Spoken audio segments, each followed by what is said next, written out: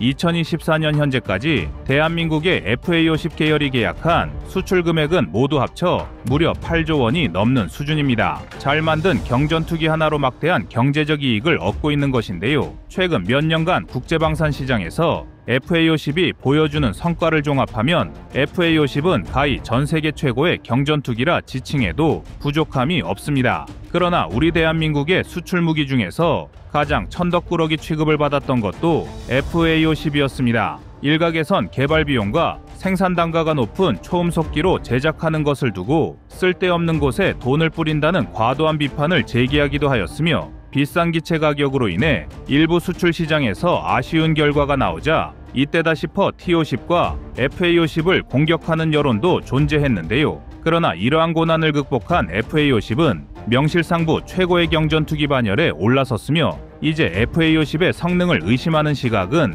찾아보기 어렵습니다. 하지만 아직 경전투기의 개념이 대중들에게 많이 알려지지 못했기 때문에 수출 성과에 비해 FA-50의 주요 임무가 어떤 것인지는 모르시는 국민분들도 적지 않습니다. 그래서 준비했습니다. 오늘은 경전투기의 임무와 전략적 중요성을 분석하고 FA-50이 세계 최고의 경전투기로 거듭날 수 있었던 이유를 알려드리겠습니다.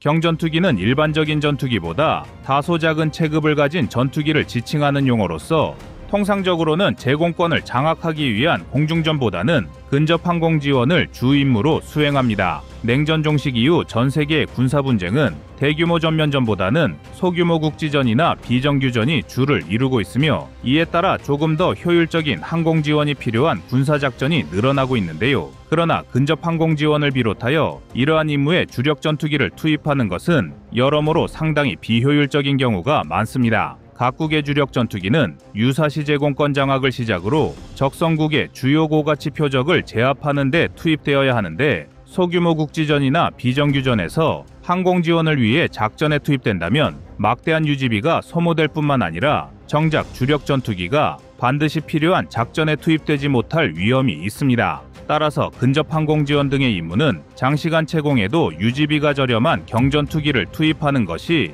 훨씬 효과적입니다. 또한 신냉전이 격화함에 따라 군비 증강은 필요하지만 미국처럼 천문학적인 예산을 사용할 수 없는 일부 중소국가들은 주력 전투기가 철저하게 전술기로서의 임무에만 집중하고 경전투기가 근접 항공 지원 이외에도 항공정찰 등 다른 평시 임무까지 수행하는 방향으로 공군 임무의 효율성을 계속해서 증대하려 하고 있는데요. 여기서 근접 항공 지원이란 경전투기가 가장 중요하게 생각해야 할 임무로서 항공기가 지상 폭격을 통해 아군의 육군이나 해병대가 유리한 작전 여건을 조성할 수 있도록 지원하는 것을 의미합니다. 그리고 FA-50의 우수한 근접 항공 지원 역량은 우리 대한민국이 전 세계 경전투기 시장에서 신흥 강자로 떠오르게 만든 전략적 강점입니다. FA-50은 고등훈련기를 기반으로 개발된 경전투기임에도 불구하고 약 5.4톤 규모의 상당히 우수한 무장 탑재량을 자랑합니다. 대체로 고등훈련기를 개량한 경전투기들이 지니는 무장 탑재량보다 두세 배 더 많은 수치인데요.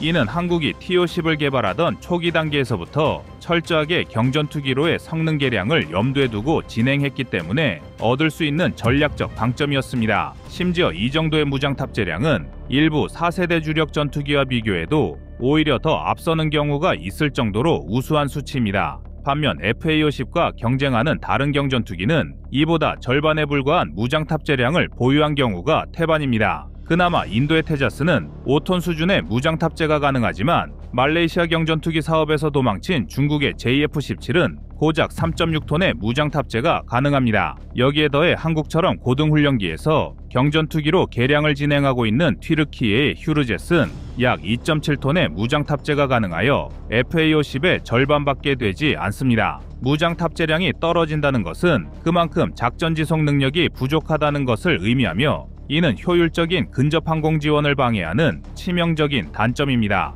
반대로 무장 탑재량이 우수한 FA-50은 정밀 유도폭탄을 비롯하여 다양한 미사일을 장착할 수 있는 유연성을 갖추고 있으며, 아군의 작전 상황에 맞게 기관포, 폭탄, 미사일을 활용하여 근접 항공 지원이 가능합니다. 또한 상대적으로 많은 양의 무장을 탑재한 FA-50은 다른 경전투기가 한두 개의 표적에 항공 지원을 수행할 때 4-5개 이상의 표적에 항공 지원을 할 수 있어 여러 지역에 위치한 아군 지상군을 지원하는 것이 용이합니다. 전투기는 하나의 임무 수행이 끝나고 기지로 돌아오면 상당히 큰 비용과 시간을 소모하여 기체를 정비해야 하기 때문에 동급의 경전투기보다 한 번에 더 많은 표적을 제압할 수 있는 FA-50의 작전 효율은 감히 경쟁 기체들이 넘볼 수 있는 수준이 아닙니다. 게다가 FA-50은 경쟁 기체들이 가지지 못한 실전 경험까지 갖추고 있어 전 세계의 신뢰도가 매우 높습니다. 필리핀 공군은 FA-50을 반군 소탕 작전에 투입하여 근접 항공 지원 임무를 수행하게 했는데 FA-50은 기존에 필리핀이 보유하고 있던 다른 기체들보다 훨씬 우수한 전공을 올렸습니다. 일부 임무에선 정밀 유도 기능이 없는 무유도 폭탄을 사용했음에도 폭격 명중률이 상당히 높았으며 이를 통해 FA-50이 근접 항공 지원 시스템을 제대로 갖추고 있다는 것이 증명되었는데요. 당시 필리핀은 자국이 사용하던 노후화된 구식 풀업기도 근접 항공 지원을 위해 투입하였지만 해당 기체는 아군 오폭으로 10명 이상의 희생자를 발생시켰습니다. 그러나 FA-50은 이후에도 다수의 항공 지원 과정에서 주야간을 가리지 않고 정밀한 임무 수행으로 필리핀 공군의 극찬을 끌어냈으며 이러한 실전 사례는 이후 FA-50의 수출 시장 확대에 많은 도움이 되었습니다. 또한 FA-50이 경전투기 분야에서 최고로 군림할 수 있는 이유는 향후 성능 개량 여지가 매우 크기 때문입니다. 전투기는 꾸준한 성능 개량과 유지 보수만 제대로 이루어진다면 도입 후 수십 년을 사용하는 것도 어렵지 않습니다. 현재 한국이 사용하는 F-15K와 KF-16을 예로 들면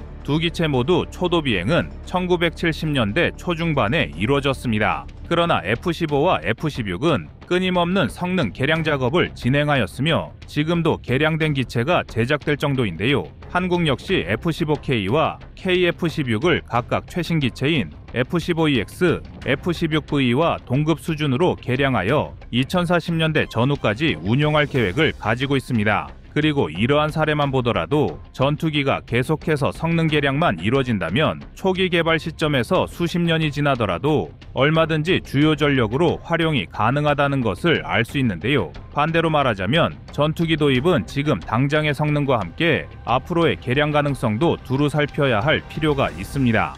그런데 우리 대한민국의 FA-50은 경전투기 본연의 임무라고 할 수 있는 근접 항공 지원 이외에도 이제는 시계외 교전이 가능한 전투기로 거듭나기 위해 준비 중입니다. 즉, FA-50은 지금보다 한 단계 더 강력한 성능을 보유하기 위한 계획을 진행하고 있다는 뜻이며 이러한 성능 개량은 경전투기 도입을 검토하는 많은 나라에게 있어 매우 중요한 세일즈 포인트가 되고 있습니다. 도입 후 별다른 개량조차 진행하지 못하고 사라질 위험이 높은 전투기와 한 번 도입하면 오랜 시간 동안 개량을 거듭하며 자국을 수호할 전투기 중 어떤 것을 선택할지는 너무도 쉬운 문제인데요. FA-50의 핵심 개량은 더 강력한 성능의 에이사 레이더를 탑재하고 AIM-120 암람을 통합하여 중장거리 교전 능력을 확보하는 것으로 이러한 성능 개량은 FA-50이 100km 밖에 위치한 적을 제압할 수 있는 전투 역량을 보유하게 만들 것입니다. 사실 한국은 이미 F-35, F-15K, KF-16 등 그 어떤 나라와 비교해도 밀리지 않는 우수한 전투기 전력을 확보하고 있으며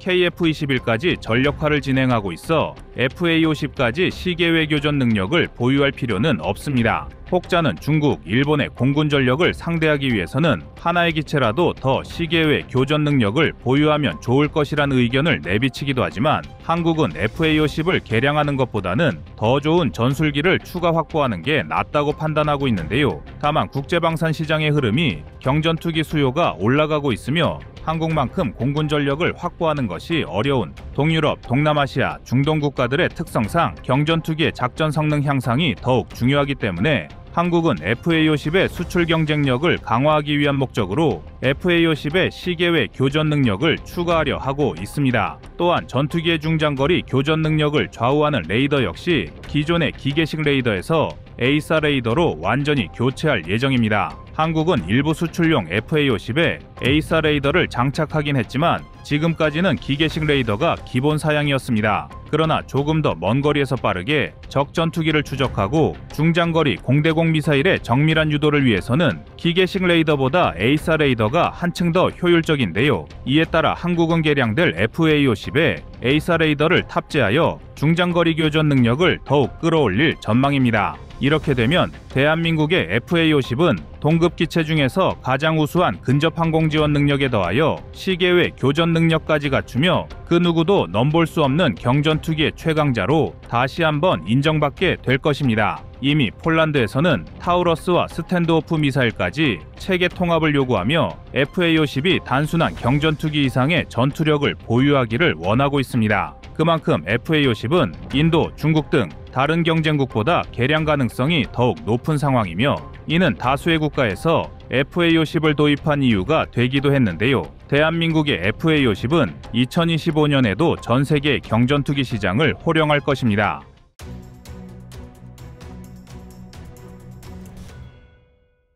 다음은 2040년 12월 12일 완성형 FA-50 영상입니다. 현재 FA-50은 폴란드, 필리핀, 말레이시아, 콜롬비아 등 다양한 국가에서 채택되었으며 이로 인해 생산량 증가와 동시에 단가 절감 효과를 기대할 수 있습니다. 특히 필리핀 공군이 FA-50의 성능에 만족하여 추가 구매를 고려 중이라는 점은 글로벌 시장에서 FA-50의 신뢰도를 입증하는 사례라 할 수 있는데요. 그래서 준비했습니다. 오늘은 완성형 기체에 가까워진 FA-50의 미래와 남은 과제는 무엇인지 자세히 알아보겠습니다. 오늘날 FA-50은 경공격기 시장의 최상위 포식자로 불리고 있지만 모체인 T-50이 처음 개발되었을 때만 해도 수출 포지션이 굉장히 애매했습니다. 그리고 FA-50의 평가가 반전됐던 중요한 변곡점 중 하나는 바로 A4 레이더라 할 수 있는데요. FA-50은 이를 통해 탐지거리와 정확성이 대폭 향상되었는데 공대공 및 공대지 임무를 수행할 때 적의 움직임을 효과적으로 추적할 수 있어 FA-50의 전투 능력을 크게 강화했습니다. 또한 다양한 정밀유도 무기를 통합하여 실제 전장에서의 다목적성도 입증했습니다. 예를 들어 FA-50은 AIM-9 공대공 미사일과 AGM-65 매버릭 공대지 미사일, 정밀유도 폭탄을 운용하며 다양한 전투 시나리오에서 뛰어난 유연성을 발휘할 수 있습니다. 그러나 대한민국이 전투기용 A4 레이더를 독자 개발한다고 선언했을 때만 해도 오늘날의 결과를 예상한 전문가는 드물었습니다. 심지어 미국이 A4 레이더 핵심 기술 이전을 거부하자 국내 일부 언론에서조차 KF-21 자체 생산을 중단해야 한다고 보도했는데요. 이유는 아주 간단했습니다. 미국도 거절한 마당에 다른 어떤 나라도 A4 레이더를 수출해줄 리 없으니 레이더도 없는 깡통 전투기를 만들 게 아니라면 KF-21을 개발할 필요가 없다는 것이었습니다. 그러나 결국 대한민국은 해냈습니다. 최근 KF-21이 잠정 전투용 적합 판정을 획득하면서 탑재된 국산 A4 레이더도 같은 판정을 획득했는데요. 쉽게 말하면 모두가 불가능이라 했던 A4 레이더를 오로지 독자 기술만으로 실전 레벨의 성능으로 개발하는 데 성공했다는 것입니다. 그러나 사실 나름 오랜 역사를 가진 T-50이 20년 동안 천덕꾸러기 대접을 받은 이유는 따로 있습니다. T-50은 F-16으로의 기종 전환을 염두에 둔 고등훈련기였기에 디지털 비행 제어 시스템과 현대식 조종석 등 고성능 기능을 갖추고 있었지만 이로 인해 가격이 상당히 높은 편이었습니다. 게다가 아직 기술력이 입증되지 않은 대한민국이 그것도 처음으로 만든 초음속 고등훈련기라는 꼬리표 때문에 기술 수준에 대한 의심도 있었는데요. 이 두 문제가 결합하여 국제방산 시장에서 두각을 드러내지 못했던 것입니다. 오죽하면 미 공군의 차세대 고등훈련기를 선정하는 TX 프로그램에서도 월등한 성능을 갖추고 있음에도 가격 경쟁에서 밀려 보잉의 T7에 패배했을 정도인데요. 더군다나 저가를 넘어선 염가 라인에는 중국의 L-15가 떡하니 버티고 있었기 때문에 T-50이 내세울 수 있는 것은 오직 성능뿐이었습니다. 결국 대한민국은 단점을 만회하기보다는 장점을 살리는 방법으로 이를 정면 돌파하기로 했습니다. T-50의 성능을 더욱 향상해 전술 입문훈련기인 TA-50으로 활용하기 시작한 건데요. 얼핏 고등훈련기와 전술 입문훈련기는 큰 차이가 없어 보이지만 두 기종은 이름만큼이나 큰 차이가 있습니다. 전술입문 훈련기는 고등훈련기에서 한 단계 더 성장한 훈련기로 전술입문 훈련 단계에서는 다양한 임무 시나리오에 맞춰 기총, 무장, 레이더 등의 조작 훈련을 함께 받습니다. 사실상 전술 입문 훈련부터는 실제 전술기를 운용하는 것과 큰 차이가 없는데요. TA-50과 FA-50은 거의 동일한 스펙으로 운용할 수 있을 정도입니다. 즉, 전술 입문 훈련기의 성능이 좋을수록 훈련을 위한 전술기 투입률을 줄일 수 있습니다. 실제로 대한민국은 TA-50을 도입한 이후 KF-16 파일럿 양성을 위한 전체 훈련 기간이 3주나 단축되었고 KF-16 자체를 이용한 훈련 소요는 기존 27주에서 8주로 무려 19주나 줄어들었습니다. 여기에 기존의 F-16, F-15 같은 미들급 전투기들이 F-16V, F-15EX 등으로 개량되는 등 전술기의 최소 성능이 더욱 향상되면서 TA-50 같은 고성능 전술입문기의 중요성도 더욱 높아졌습니다.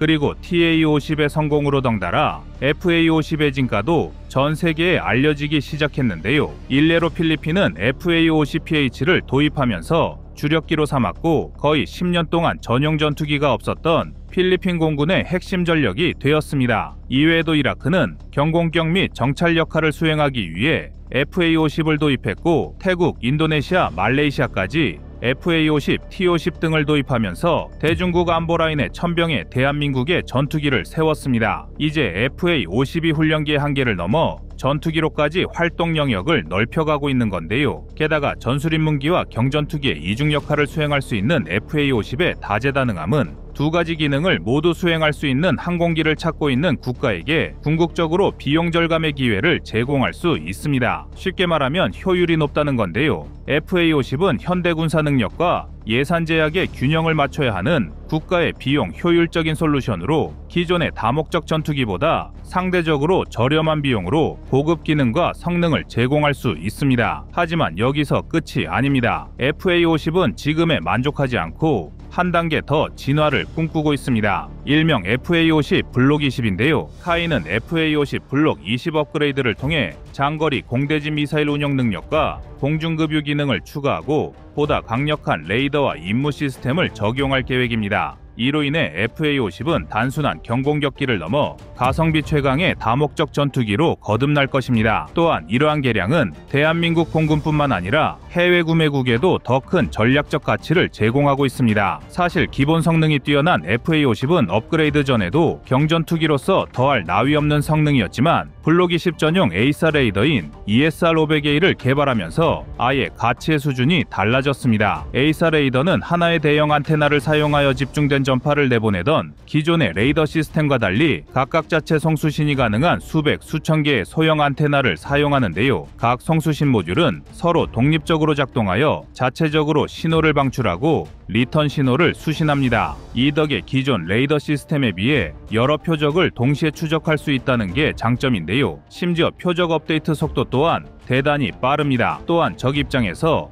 더 넓은 범위의 주파수의 신호를 퍼뜨릴 수 있어서 탐지를 방해하거나 레이더에 간섭하는 게 상당히 어려운데요. 게다가 작동 수명이 길고 유지관리 요구사항도 낮습니다. 오죽하면 A-SAR 레이더를 탑재하는 것만으로도 기계식 레이더를 탑재한 전투기에 비해 최소 서너 배 이상의 전투력 상승이 이루어집니다. 예를 들어 미국의 F-35에 탑재된 AN/APG-81 레이더 시스템은 가장 진보된 A-SAR 레이더 시스템 중 하나로 미국을 단숨에 A-SAR 레이더 시장의 글로벌 리더로 올려놓았습니다. 그러니 사실 미국이 협상 막판에 가서야 A-SAR 레이더 핵심 기술 이전을 거부한 것도 어찌 보면 당연한 일이었습니다. 하지만 결론적으로 미국의 기술 이전 거부는 대한민국에게 추진력을 얻기 위한 발판이 되었는데요. 절치부심한 대한민국은 미국이 30년에 걸쳐 얻어냈던 성과를 단 7년 만에 획득하는 데 성공했습니다. FA-50 블록 20에 탑재 예정인 ESR-500A는 약 500개의 송수신 채널을 탑재했는데요. 작고 가벼운 공랭식 X밴드 안테나를 사용해 신뢰성과 함께 생존 가능성을 확보할 수 있었습니다. 또한 효율 높은 전천후 멀티롤 기체를 추구하는 FA-50답게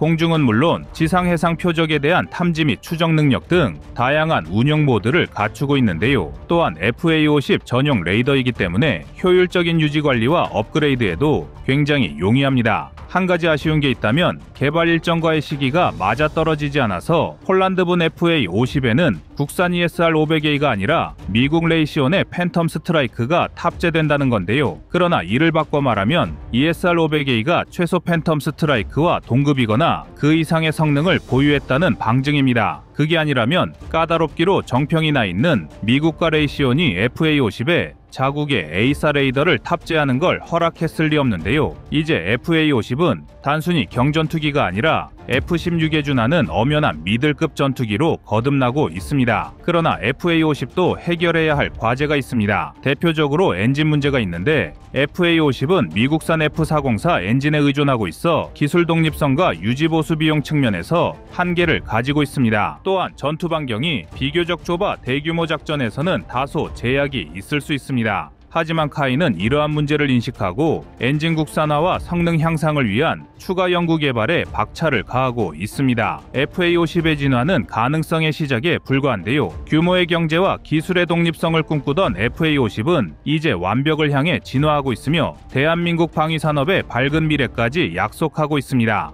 이상 꺼리튜브의 두 번째 미션이었습니다.